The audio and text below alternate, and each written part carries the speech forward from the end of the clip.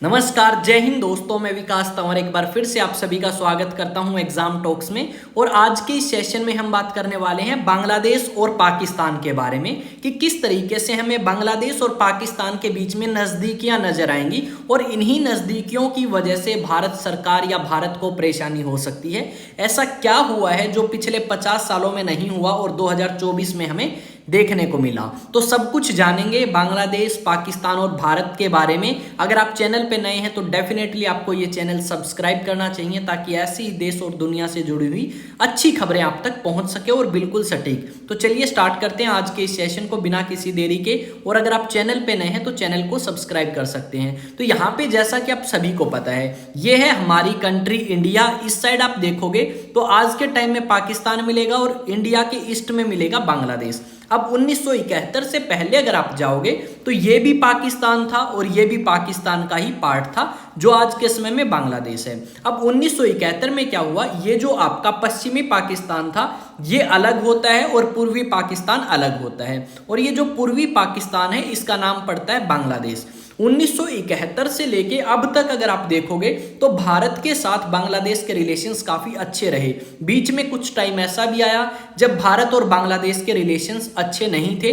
1995 से लेके 2000 के आसपास तक की अगर हम बात करें, फिर 2004 के बाद भारत के रिलेशंस जो हैं वो थोड़ा सा इम्प्रूव होना स्टार्ट होते हैं इस बांग्लादेश के साथ में।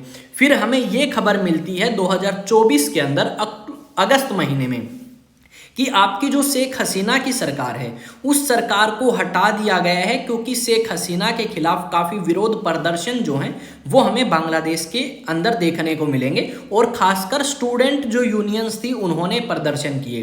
अब उन्हीं प्रदर्शनों के कारण शेख हसीना बांग्लादेश को छोड़ के भारत आती है और सरकार को संभालता है ये बंदा जिसका नाम है मोहम्मद यूनुस। और इन्हें शांति के लिए नोबेल प्राइज भी मिल चुका है।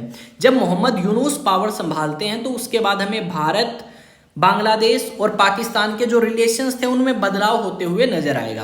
पहले बांग्लादेश के और इंडिया के रिलेशंस काफ़ी अच्छे थे। जब ये व्यक्ति पावर में आता है तो क्या होता है, इंडिया के और बांग्लादेश के रिलेशंस तो खराब होने स्टार्ट होंगे या कमज़ोर होना स्टार्ट होंगे और बांग्लादेश और पाकिस्तान के रिलेशंस अच्छे होते हुए नजर आएंगे। अब जो पिछले 50 सालों में नहीं हुआ वो हमें अब देखने को मिलेगा। क्या होता था, बांग्लादेश के बीच में और पाकिस्तान के बीच में व्यापार जो है वो काफ़ी कम था, इतना ज़्यादा नहीं था। अब उसी के बीच में 2024 से पहले अगर आप बात करोगे तो 2024 से पहले क्या था, अगर पाकिस्तान बांग्लादेश के साथ व्यापार करता था तो कोलंबो के थ्रू या आपकी अलग जो बंदरगाहें हैं या अलग जो कंट्रीज हैं उनके थ्रू करता था। अब पहली बार 1971 से लेके अब तक पहली बार ये देखने को मिला है कि कोई डायरेक्ट जो आपकी शिप है पाकिस्तान से बांग्लादेश के अंदर आई। यानी हमें इस बात से ये संकेत मिलते हैं कि बांग्लादेश के और पाकिस्तान के जो रिलेशंस हैं वो पहले जैसे नहीं रहे, पहले से काफ़ी अच्छे हो चुके हैं।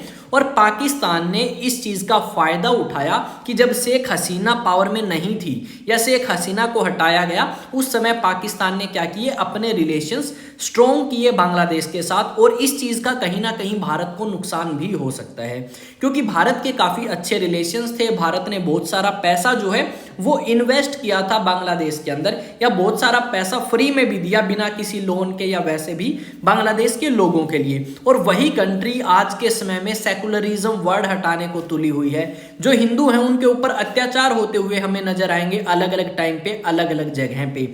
और वो कंट्री जिसको हमने इतनी मदद करी, जिसको आज़ाद हमने कराया, वो कंट्री आज के टाइम में पाकिस्तान को अपना खास दोस्त जो है वो बना के बैठी है और भारत को उन्होंने अलग कर दिया। यहाँ पे आप देख सकते हो एक न्यूज़पेपर के द्वारा या एक न्यूज़ चैनल के द्वारा लिखा गया है, भारत के खिलाफ फिर से एक हो रहे हैं पाकिस्तान के दो टुकड़े। अब पाकिस्तान के दो टुकड़े क्यों लिखे वो मैंने स्टार्टिंग में बताया कि बांग्लादेश भी पहले पाकिस्तान का ही पार्ट था, उसे पूर्वी पाकिस्तान बोलते थे। और 1971 में बांग्लादेश बना।